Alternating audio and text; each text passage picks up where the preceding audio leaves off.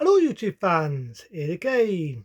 And as I did Batman on Monday, why not this one? Another Batman film, that being the classic from Tim Burton's Batman from 1989. What can I say? Batman.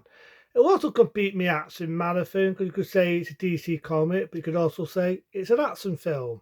So, without ado, we're going to start with this.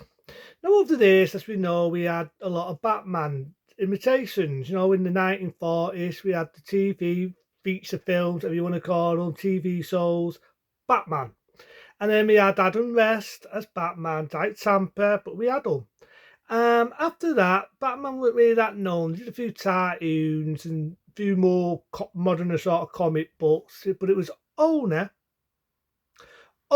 when 89 came across Tim Burton, very long director at that time, decided to do his take on Batman.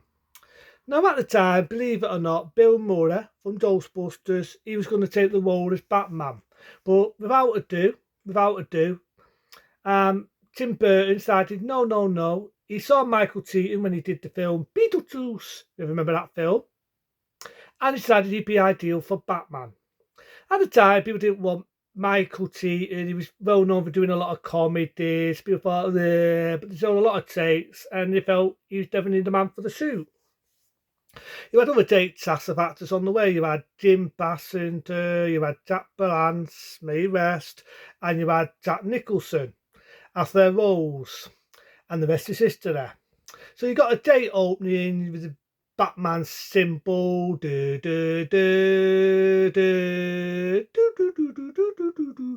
I also like the lead singer, me also West, being Pince, who sang a lot of date songs to the film Batman. So you got a date opening. I like the way Tim Burton's fishing on this. It's not campy like the days of Adam West. It's more serious. It's a lot darker, being a movie by Tim Burton. It's everything I love about Batman. And another thing I like about it is you don't get fucking Robin. Robin, to me, I always thought it was one of the most annoying fucking characters. I say it again, annoying characters. Holy what, Batman? What do we do, Batman? Holy snot! You might as well say that. So I was kind of happy they didn't have Robin in it. I didn't think he was needed, and it was the right choice. So you get these stylists, what this dad, they steal money, they're threatening to shoot a kid, Happy say doesn't go that route, and they're touting the money, they're talking about the Batman's got to die. Don't behold, Batman comes into it, and what a date opening. He batters, he twats one, he gets older one, you may have seen it in original trailers. Who are you? I'm Batman. And I just love it. I love it. Now, it's bits of me what I think did Tim Bassender in the role Vicky Vale, was it sort of copied from Lois Lane, from Superman? Always has me wondering that, Paper Martin Checker. Always wondering, because think about it, Lois Lane was a reporter, Vicky Vale is a reporter. It's probably just me overlooking it, but I always wonder that. And my favourite villain has to be Jack Nicholson as the Joker. Nobody tells one of the actors who's sadly no longer with us, who played the Joker in the later ones, but I just love the take that Jack Nicholson plays the Joker. He's side-talking, he's frightening when he wants to be, and he's funny, but he doesn't milk it in, he isn't too dragging in the corners. He really plays it the way I thought the Joker should play it. And I also like the backdown story, because it starts off as a dancer. He's having away with Jack Palance's woman, played by Mick Jagger's ex-wife, and they've in these bath of chemicals. I like the fact they called him Jack, just as the actor's name, Jack Nicholson. He tries to shoot Batman, he gets the better, bit of acid hits him in the face, and he falls in a bath of chemicals. Lo and behold, that's how he becomes the Joker. You can call me the Joker. I also remember the bit where he shoots Jack Palance and he's reading a newspaper. But the thing with Batman was, when it first came out, people thought it was going to be made for kids, and it wasn't. It was the first film in the UK to get the 12 rating, and then when it came on VHS, they ordered it to a 15. But at the time, they thought it was going to be kiddies, and that's what I like about Batman. That's why I was not a lover of Schumacher's Batman, when he tried to make it PC kiddie friendly. I felt this Batman was darker, it was violent, it wasn't too violent, but it was violent enough. They made it more Gothic, it didn't have fucking Robin in it, it didn't have, that's why the Batman uses the Batguard, like in fucking Batman and Robin. I actually like the way Tim Burton's vision in this, I like it. And I didn't think we needed a Batman the beginning. You've got the Batdown story in this. This to me is Batman the beginning. It's Batman the beginning. It's how the Joker becomes the Joker, how Batman becomes the Batman. They don't know whether he's bad or he's good. You got to Commissioner Jordan, not knowing if he's a good guy or a bad guy. And I also like the story. There's a bit where it's all Bruce Wayne's story where he's a kid. And you got the idea Jack Nicholson's character, Jack, when he was a villain, shoots his mum, shoots his dad in front of him, and that's how he became the Batman. I love the car in it, which cost them a lot of money to make. It was a Batmobile, a little bit of a love letter to the 60s one, with a fire coming out, just like in the 60s one, but it's a lot darker. That the bit that stuck up just looked like a dick.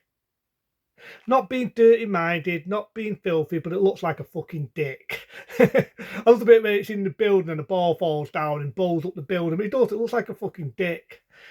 I love the Bat aeroplane. I love the way it's shot. I love the way they do Gotham City. I mean, you think about it, there was bits of me was wondering, it took them years, right? You know, after you had shit like Superman fucking 4, the test for shit, as I like to call it. This one is not. This is not Tampy, it's not kiddie friendly. This is how I like Batman. I also like Batman The Return. To me, it's unestimated, but my favourite has to be this. I saw this when it come out on the cinema. I love the songs by Prince, one of my favourite artists, may he rest. I love everything about this film. I love the fact they've got a love story with Kim Basinger, there's a bit of a snogging, there's Vicky Vale. And to me, it makes Batman more human. I can't think of a word, but it makes him more unique, more human. It's a guy going on a personal vendetta, but he's also a good guy. And I like the fact that the Joker gets his berserk. He thinks he's got the better, and he fires that thing, and the Joker falls to his death. Love it. I love the bit where the Joker has that thing, and he electrocutes that guy. He says, "Oh, I've got a live one here." Love it. So that's a love Batman. It was a big hit in 1989. It was the most grossing film of 1989. And when you think about it, 89 was a good year for films. Very good year for films. It was a big hit. It was a big success. It roasted in the cinema. It was the biggest film in that era. Everyone went Batman mad. And it changed the look of Batman. To me, it changed the look.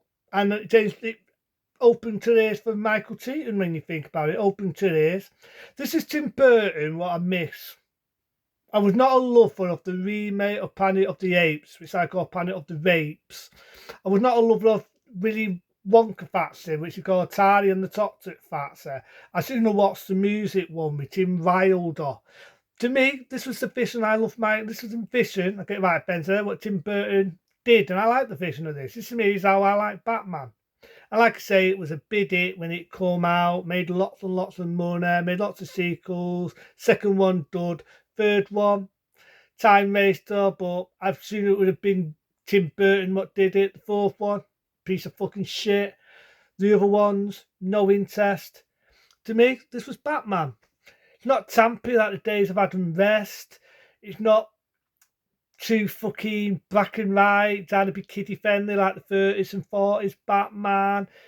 People who was complaining saying it wasn't as faithful to the comic book. But you know what? I don't give a fuck. To me, I read some of the comic books, but I'm more of a lover of this Batman. This is the Batman I like. The golden days of Tim Burton when he was at his fucking prime. But into them people, fuck it, it's a classic.